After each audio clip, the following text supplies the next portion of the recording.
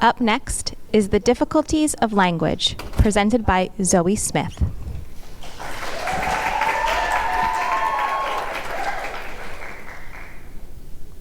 How do you think you pronounce this? Well, you're wrong. It's pronounced dziewczynka. It's a Polish word that means girl.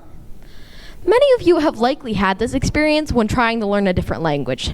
And the fact of the matter is, all languages are hard to learn, and yet they are still very important. Learning languages can help expand the number of people you know, broadening your social circle, engaging in different cultures, and developing relationships with others.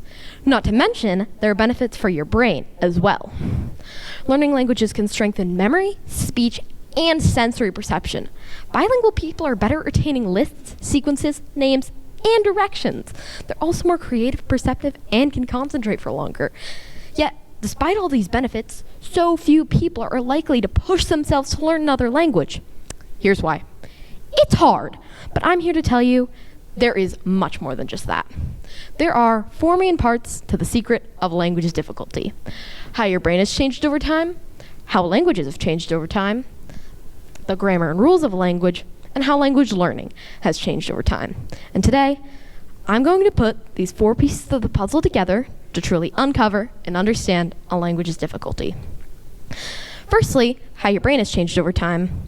The part of your brain that deals with language is in the cerebrum, specifically Wernicke's and Broca's areas.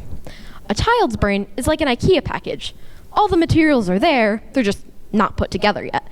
And yet, a child's brain does a very good job at learning languages. But scientists aren't entirely sure why, since you can't really study babies. Because they're babies. They cry, need sleep every few hours, and can't understand basic instructions.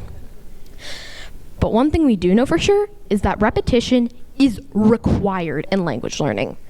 Why do you think that is? Well, that's because memories aren't a material thing in your brain. They're a pattern of firing neurons.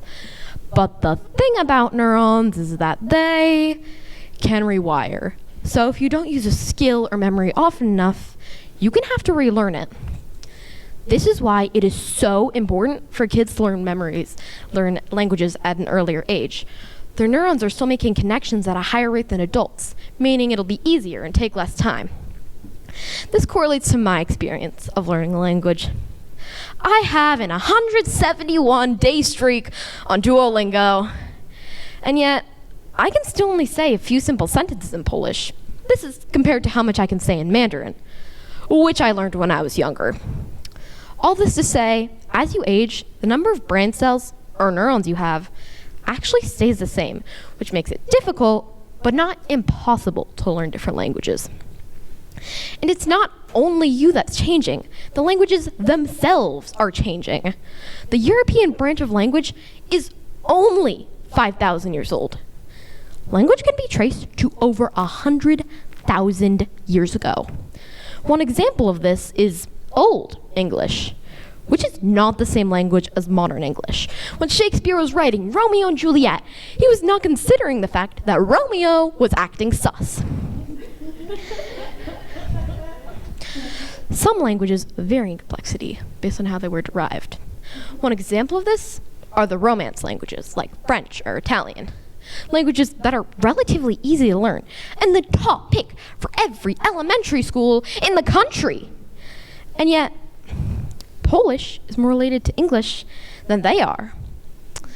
This could be because of a phenomenon known as borrow words, where one language borrows words from another.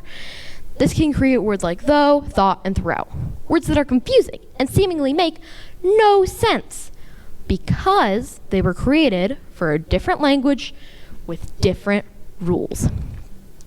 This shows languages are constantly evolving and constantly adding more words, whether it be shortening, borrowing, or just straight up creating new ones. For example, I bet the words your kids use every day didn't exist 20 years ago. There are around 6,500 living languages, and languages splinter off others all the time because of new words changing and being created. And the word for those changes is grammar. One example of this is the Chinese character system, where you use tones to indicate different words. See if you can hear the difference. There's shi, shi, shi, and shi. That is why Chinese is considered to be one of, if not the most difficult language to learn in the world. The tone system adds a whole new level of difficulty and deters many from learning it. On the other hand, Polish uses a pretty similar system to English, but there are two main things that Polish does differently. First of all, it adds suffixes to the end of adjectives and verbs, like the Polish word movie. No, not the English movie. It's a Polish word, meaning to speak, as in I speak Polish. Well, that's its general term anyway, to be used with words like ona or on, he or she. There's also mówię, mówisz, mówią, mówimy, and mówicie, each having the same meaning, but being used with different pronouns. Then the second thing, grammatical gender, which gives every noun a gender, whether it be female, male, or neuter. That is a whole lot to remember. And finally, the last piece of the puzzle, how language learning has changed over the years. Back before the internet. I know, the horror. There were no online translators, no Duolingo, and dare I say it, no Dora the Explorer. To understand people who spoke different languages, you had to learn those languages. This is still an option today, of course, but now we have apps that help us learn languages, Google Translate, and videos on the internet. So you might be asking, why should I learn a language when I could just use Google Translate? Well, first of all, what if you didn't have your phone with you at the time? You might think that since everyone brings their phones with them everywhere, that wouldn't be an issue. I would just say that Google Translate isn't very accurate anyway, and oftentimes messes up the grammar, and just in general, isn't very good. For example, when I type I am currently singing and playing piano into Google Translate, it gives me 我现在一边唱歌一边弹钢琴, which is not correct. The correct translation would be 我正一边唱歌一边弹钢琴. While these sentences are very similar, they're still different, and that makes it incorrect. The fact of the matter is, translation tools are a short-term fix. Tape on something broken when you need glue. And learning languages can help you make a real connection and actually talk to people.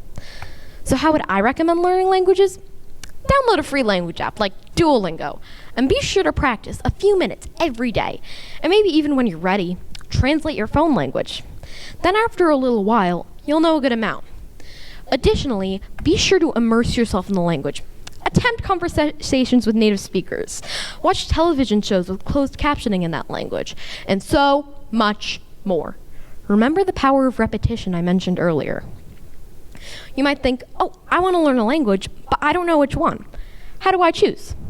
My answer would be, well, what are you looking for? If you want a language to challenge you and be really difficult, maybe pick something that's far different from English. If you want something to be easier, maybe pick a language that's closer to English. And finally, if you want a language to be really, really useful, maybe pick something like Spanish, French, or even Mandarin. But no matter which language you choose, just know you're doing yourself and everyone around you a favor by choosing to spend time on yourself and choosing the glue instead of the tape. Thank you.